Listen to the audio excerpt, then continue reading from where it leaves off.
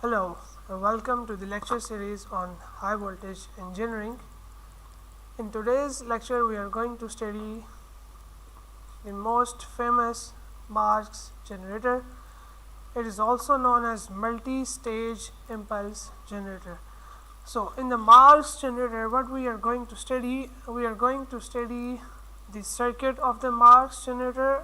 We are going to understand how this circuit works and how the circuit will work, and then we will also discuss the practical design circuit, the circuit which we designed in our lab for testing of the Marx generator. So these three things we are going to discuss today in our lecture, and all the concepts of the Marx generator about its basic working to the first prototype we are going to discuss here, and this is going to be a very important lecture. So let's start with some circuit diagram and basic concepts. Okay, so before we are going to discuss the circuit working and the practical design circuit, we're going to discuss some basic concepts which are very important to understand in order to get the complete understanding of the Marx generator. Now, as you know that the high voltage, it comprises of which type of voltages you have. Either you have DC high voltage, or either you have AC high voltages, or either you have impulse high voltage. So what Marx generator does, it generates the high voltage impulse. It doesn't generate a DC high voltage, it doesn't generate an AC high voltage. So where we find out the applications, what are the applications of Marx generator in your real life? So since it generates the high voltage impulse, so it is basically used to simulate the effects of lightning and high voltage switching surges.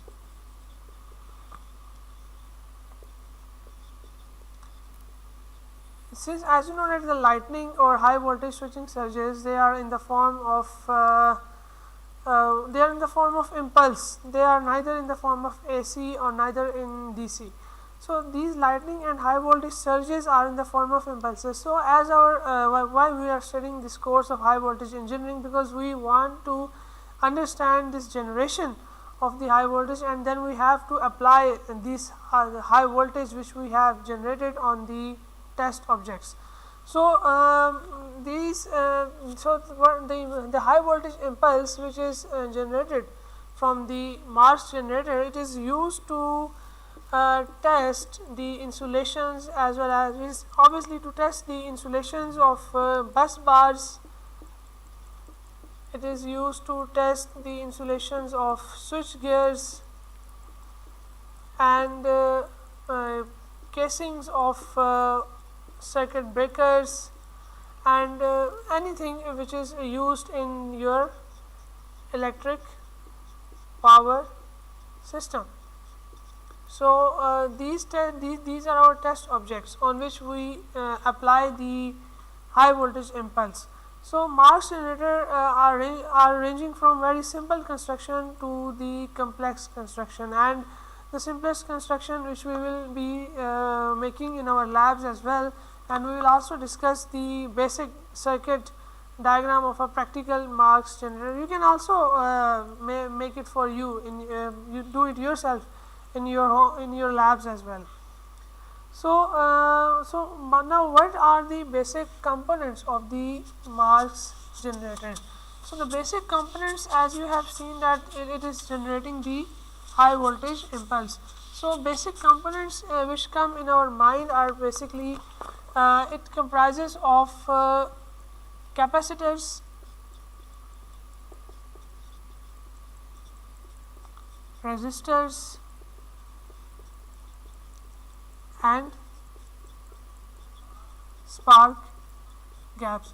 So Marx generator, which we are going to study, it comprises of only three things: the capacitors, the resistors, and spark gaps. Isn't it a very simple circuit?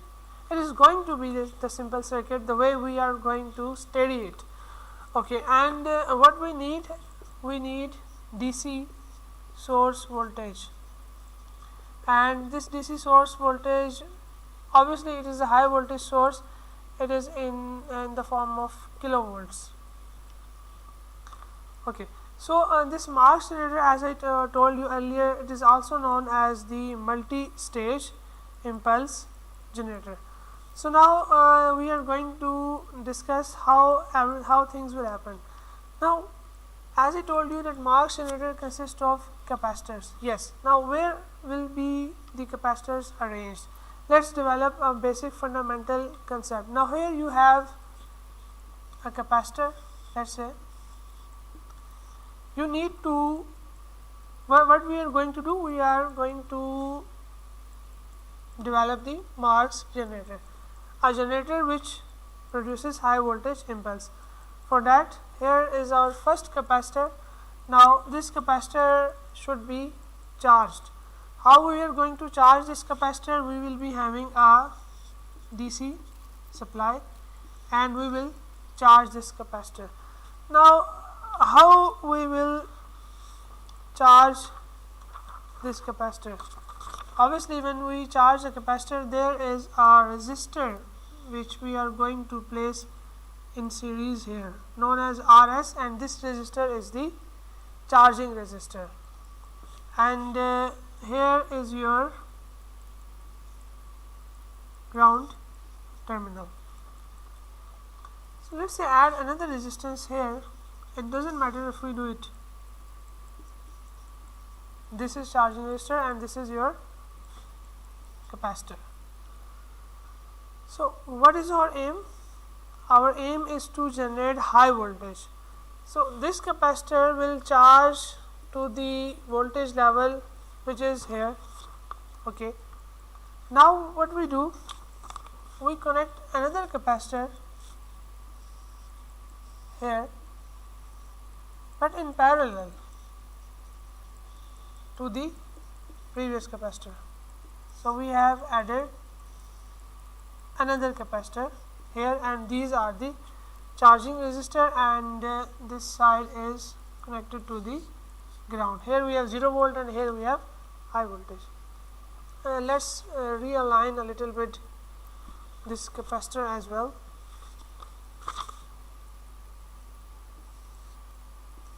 So here is your capacitor. Let's say this is C, this is C as well, because both of these capacitors are having equal capacitances. Now what happens, once this capacitor will charge, this capacitor will also charge up to the voltage level equivalent to the voltage of the DC input voltage. So how we are going to generate high voltage? Where is the high voltage here? Because the voltage here, across this capacitor will also be equal to the voltage across this source, but overall the energy stored is increased. So here we have another important and interesting thing is the spark gap.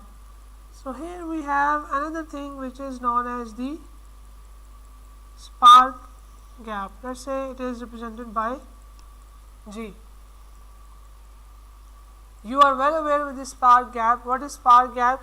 When the voltage across this gap increases more than the breakdown voltage of this air gap, the spark initiates. Okay.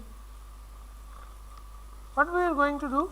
We are going to add another stage. This is the first stage, this is the second stage, and we are going to add another stage which we are saying that this is the third stage. So here we have another stage. Okay, and again here we will be having the spark gap. Now we are going to add another stage. Don't worry, I am not going to add unlimited stages, I am going to add this last stage. So here we have another stage, and what is RS? You know, this is the charging resistor. So here we have added another capacitor, and here is another spark gap. Spark gap is represented by G. Now what we are going to do, we are having another gap which is G, and it is visible to you another resistance R1 and another resistance here R2, and here we have our test object. There we go. And this R2 is variable and R1 is also variable. So this is the complete circuit of the Marx generator. Now let's understand how it works. By the way, this R1 and R2, they are also known as wave shaping resistors. Now look what happens. So this is the circuit, and now what happens is that one by one, when you connect or apply this DC source, what happens, this capacitor gets charged. Once this capacitor gets charged, then this capacitor charges, and then this capacitor charges. Now the capacitors are charged and they have the voltage which is equal to the input voltage. Once we charge these capacitors, the next step is to break these spark gaps, because once these capacitors are charged, we are going to break this spark gap. Now breaking this spark gap, there are several methods. Either you connect them using a motorized controller, such that once these capacitors get charged, you break these spark gaps so that these capacitors will come in parallel. My pardon, here it is the positive potential and here is the negative potential. Okay, I mean here you have the 0 volts and here you have the positive potential at this time, because I have taken output from here. So once these capacitors are charged, now what happens when the capacitor is charged? What is the voltage here? Here it will be positive and negative initially when the gaps are open. So after this capacitor charges, this capacitor will also charge, this capacitor will also charge, and this capacitor will also charge. So how the charging current flows actually in this direction here. Okay, so the capacitors get charged in this way. Now once these capacitors are fully charged, we are going to break these spark gaps. When you are going to break the spark gap, what happens? This capacitor comes in series with this capacitor, and this capacitor comes in series with this capacitor, and this capacitor comes in series with this capacitor, and the voltages of all these capacitors add up, and we get what the 4 times the seed voltage. And so what happens? We are also going to break this spark gap, and this high voltage appears across this test object. So this is the working of the Marx generator. At start we have the gaps which are open, and I mean there is a large gap there is a large distance between these spark gaps, such that when capacitors are getting charged, there is no such breakdown voltage appears. Once the capacitors are charged, you are going to break these gaps, and when the gaps are broken down, I mean these spark gaps are these electrodes are connected with each other, what happens, the high voltage appears across the test object. So clearly these are the charging resistors. Now what is R1 and what is R2? They are known as the wave shaping resistors. Now what is meant by wave shaping resistors? As you know, now let's try to understand the importance of R1 and R2. Now look, here you have the high voltage, okay. So R1, since it is in series with this high voltage, and R2 is parallel across the test object. So if we increase R1, what we are going to do, we are limiting the current flow, okay.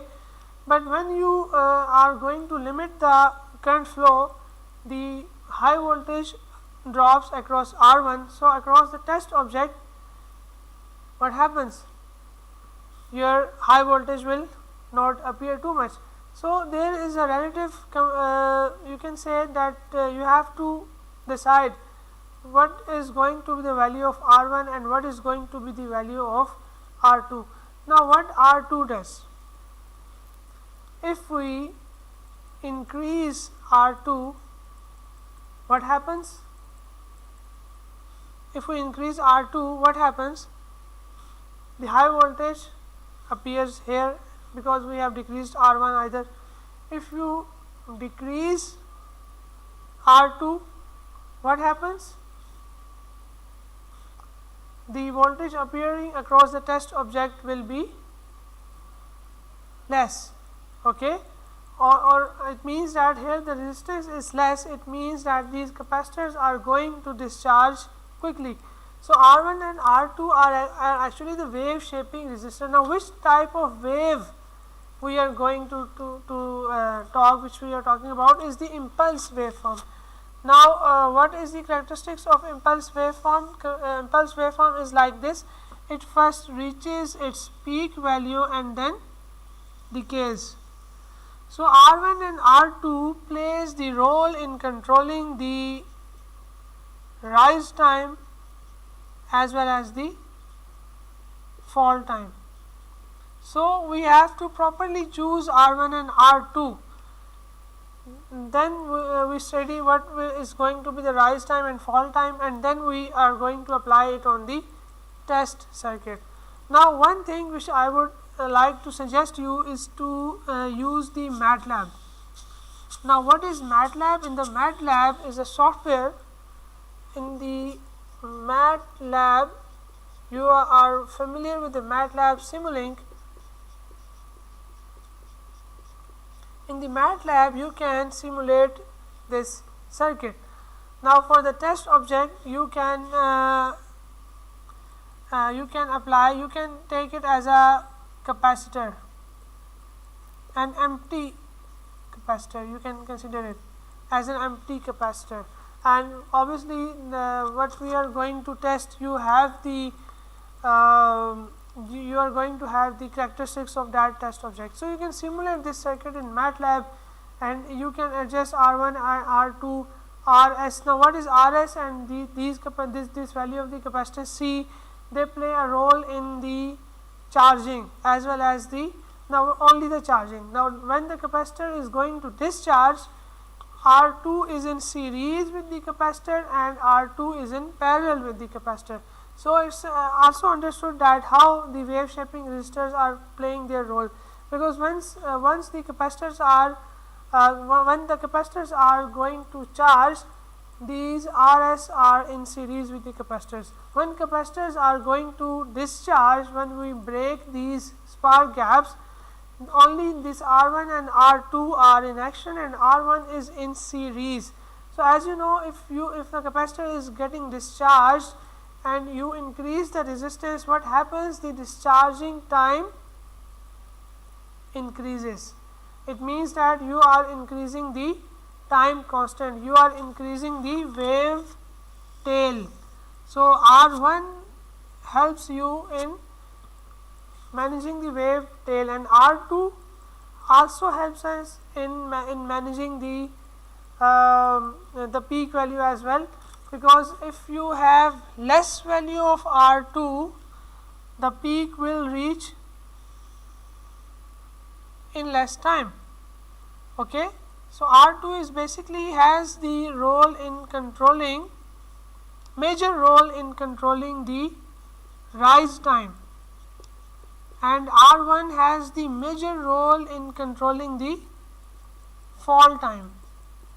But you cannot say that since R1 is having the control in fall time, but R1 has also its effect on the rise time as well, and R2 also has effect on the fall time as well, fall time and rise time of the impulse waveform. This is the fall time here, look, and this is the rise time here. Okay, this is T rise and this is T fall. Okay, so R2 has the major role in controlling the rise time, and R1 has the major role in controlling the fall time. In this way you can shape the impulse waveform which is going to be applied on the test object. One more thing, when capacitors are getting charged, this Rs is in series with the capacitors. So what is going to be the time constant here? As we know that the charging time or time constant is equal to RC. So the time constant of the complete Marx generator, whatever is the number of stages, the standard time constant is in between 10 seconds to 1 minute, that the whole circuit gets charged within this time interval, and then the high voltage applies on the test object. Okay. Now one more thing, as I told you that these gaps are adjusted, these gaps are adjustable. Once these now what is here in the spark gap? Here actually you have electrodes. Now these electrodes are in the form of, mostly you have spherical electrodes, and we have studied what is spherical electrodes, nothing difficult. Here this is the spherical electrodes. So in the spark gap you have these spherical electrodes, and what you can do, you can actually and these electrodes are actually movable. Okay, so once your capacitors are charged, you move all these electrodes at instant, so that the capacitors they come in series. As soon as the after these all gaps are closed, after an interval of microsecond, this gap is also closed, because this is the final spark gap. Once your aim is to connect all these gaps, and once these gaps and these gaps, this gap number, let's say this is gap number 1, gap number 2 and gap number 3, we first connect these gaps instantaneously or simultaneously, and then once these gaps are broken down, after a few microseconds or within the next interval, you break this gap so that the high voltage appears here. And there are several methods. Either you have the mechanical switch. I mean, first these capacitors are charged and you connect these gaps using the mechanical switch. That is the oldest method, and obviously requires someone to operate. In our lab, we initially adjust the gaps in such a way that when the capacitors are charging, this gap does not break. Once these capacitors reach the input voltage, this spark gap breaks itself through the spark over. Okay, these gaps are in our lab. What we did, we did for the we arranged these gaps in such a way that once the capacitor charges, the voltage appears here as well. So that voltage is more than the breakdown voltage. So this gap breaks itself automatically, because this gap distance is adjusted such that once this capacitor charges to this input high voltage, this gap breaks itself and these capacitors come in series in themselves. And once they are in series, their high voltage appears across this gap, and this gap eventually also breaks, and as a result, what happens? The high voltage appears across this test object. So this gap, which is G4, so the distance here is more as compared to the distance between these gaps, because the voltage going to appear across this gap is higher. Okay, so this is the basic working of the Marx generator. In our next lecture video, we are going to discuss the working of the practical circuit of the Marx generator and some other practical concepts which are related in our part number 2 of the our video lecture.